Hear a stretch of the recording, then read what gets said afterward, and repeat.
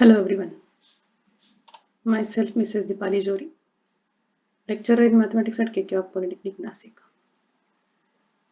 Once again, I'm with one of the topic of applied mathematics, that is applications of derivatives. The first application we have already discussed in the previous video. So now in this video, let us discuss with maxima and minima. So this is the second application of applications of derivatives. Second applications of derivatives. Using this application, we can find maximum and minimum value of any curve y equal to fx. So for finding maximum and minimum value or maxima and minima of any curve, we just have to follow these 4 steps.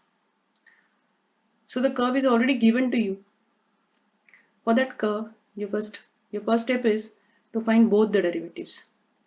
First order derivative, that is dy by dx, and second order derivative means d2y by dx2.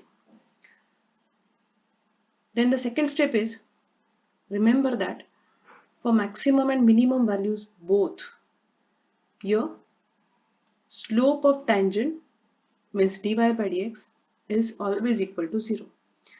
Means what we have to do, we have to equate the dy by dx value, whatever we have obtained the dy by dx in your first step.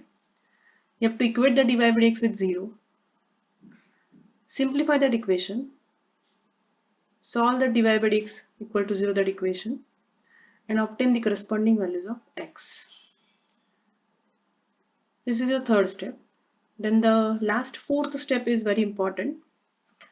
Here, now we have to substitute those values of x one by one in second order derivative. The second order derivative we have already calculated in the first step. So in that second order derivative, substitute values of x one by one. Suppose that the value of x is a. So after substituting in d2y by dx2, the one possibility is that your d2y by dx2 will be negative, that is less than 0. Then your function has maximum value at that particular point x is equal to a. This we can conclude. If d2y by dx2 at x is equal to a is less than 0 means negative, then you can conclude that the function, that curve, has maximum value at x is equal to a. And how to find out that maximum value? That maximum value is simply equal to y max. Means the function maximum value is simply equal to f of a. Means substitute that value of x is equal to a there in your function. That will give you the maximum value of y. The another possibility is that if your d2y by dx2 is greater than 0, means if it is positive. If it is greater than 0, then you will get minimum value at x is equal to a. Remember, the signs are opposite here. Negative, maxima, positive, minima. And then the minimum value of that respective function y is denoted by y min, and that minimum value of y is again equal to f of a. So just follow the 4 steps and find maximum and minimum value of your given function. Let's see an example. See, the example is bullet is fired into a mud tank and it penetrates 120 t minus 3600 t square meters in t seconds after impact. Calculate maximum depth of penetration. In this question, we just have to do the calculation for maxima because it is asked to find the maximum depth. So we'll not do the calculation for minima here. So in this example, let us find out the maximum depth of penetration for this example. So the bullet is fired into a mud tank and it penetrates this much of meters. So let us denote it by S. Suppose you can take any other alphabet. So the given function or the curve is 120 t minus 3600 t square. What is your first step? Your first step says that find out both the derivatives. Let us first find first order derivative. So what is your function? Your function is in t The variable is t, so we have to differentiate that function with respect to t obviously. Okay, identify the variable and differentiate with respect to that. Here the variable is t, so we'll differentiate s with respect to t. So what is the derivative? 120 as it is. Derivative of t with respect to t is 1. 3600 constant again as it is because it is in a multiplication, so will remain there as it is. And d by dt of t square. T square derivative is 2t. So that first order derivative is 120 minus 7200. Is your first order derivative. Differentiate again. 120 is a single number now. For single number the derivative is 0. Second one minus 7200 into t. So minus 7200 will remain there as it is. T derivative is 1. Hence second order derivative is minus 7200. It's a number which is negative, that is less than 0. Less than 0 means what? We'll get maxima there. Okay. So for maximum depth of penetration, now you let us follow the second step. The second step says that you have to equate first order derivative with 0. So let us equate our first order derivative ds by dt with 0. Your first order derivative is 120 minus 7200 t. Equate with 0. Calculate t there. What is the t calculation? It is 120 upon 7200, that is 1 by 60. Now we can observe that your second order derivative is less than 0, means we can get maximum depth of penetration there. Less than 0 means maximum depth.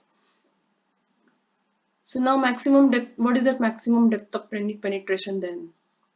It is simply equal to, we have to substitute that value of t. What is that value of t? 1 by 60 there in our first function. Here when you will substitute your value of t, you will get your maximum depth of penetration. So substitute that value 1 by 60 there in our first function. So s is equal to simply 1 meter. So this is that maximum penetration 1 meter you'll get after impact.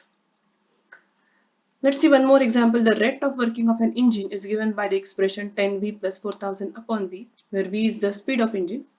Find the speed at which the rate of working is least. Least means now we have to do the calculation for minima. Least. See, the rate of working is given by the expression 10v plus 4000 upon v. So let us denote it by the alphabet w. It is rate of working. So let us denote it by w. Let us follow the step number 1, means we have to find both the derivatives. So let us identify what is it first order derivative. See, the variable there in RHS is v. So we will differentiate w with respect to v. So dw upon dv is 10 as it is constant into the derivative of v with respect to v is 1 plus 4000 as it is derivative of 1 upon v with respect to v. So 1 upon v, the derivative is minus 1 upon v square, because the derivative of 1 upon x is minus 1 upon x square. So by that rule you'll get the derivative as 10 minus 4000 upon v square. Next, the second order derivative will be, so derivative of dw by dv is d2w by dv square is, now the 10 number is single constant, so its derivative is 0 minus 4000 as it is, because it is in a multiplication, so will remain again d by dv of 1 upon v square. Now I have just written that 1 upon v square as v raised to minus 2, because we don't have directly the derivative of 1 upon v square. There is no standard formula. So let us rewrite it simply as v raised to minus 2, shifting it up, changing the sign of index. Now we have derivative of x raised to n. So by that formula, your derivative is n, x raised to n minus 1. So here it is minus 2, v raised to minus 2 minus 1. So by that rule, it is v raised to minus 3. Multiply these two numbers, it becomes plus 8000 v raised to minus 3. Again, let us shift that v raised to minus 3 down. It will be 8000 upon v cube. See, it is here. This is your second order derivative. So working rate to be least or maximum. Now we have to follow the second step, which means equate first order derivative with 0. So what is it first order derivative? It is 10 minus 4000 upon v square. Equate with 0. Solve that equation for v. 4000 upon v square, the term is negative. Shift it into right. It becomes positive. Equal to simply 10. Cross multiply. V square will be equal to 4000 upon 10. It means it is simply 400. V square is 400. What does it mean? V is equal to either plus 20 or minus 20. So now let us check for which value of V, either it is plus 20 or for minus 20. We'll get least rate of working. So for that we have to substitute the values of v plus 20 and minus 20 1 by 1 there in second order derivative. So at v is equal to plus 20, your second order derivative d2w by dv square is equal to, this is your second order derivative, substitute v equal to 20 there, 8000 upon 20 cube, 20 cube is 8000, so 8000 upon 8000 means it is 1, the value is positive which is greater than 0, greater than 0 means what? We'll get minima there, we'll get least value there. So the speed is v is equal to, if the speed is 20, we'll get rate of working least. So by this way, following those 4 steps only, we'll get maximum and minimum value of your any curve or any function. Thank you.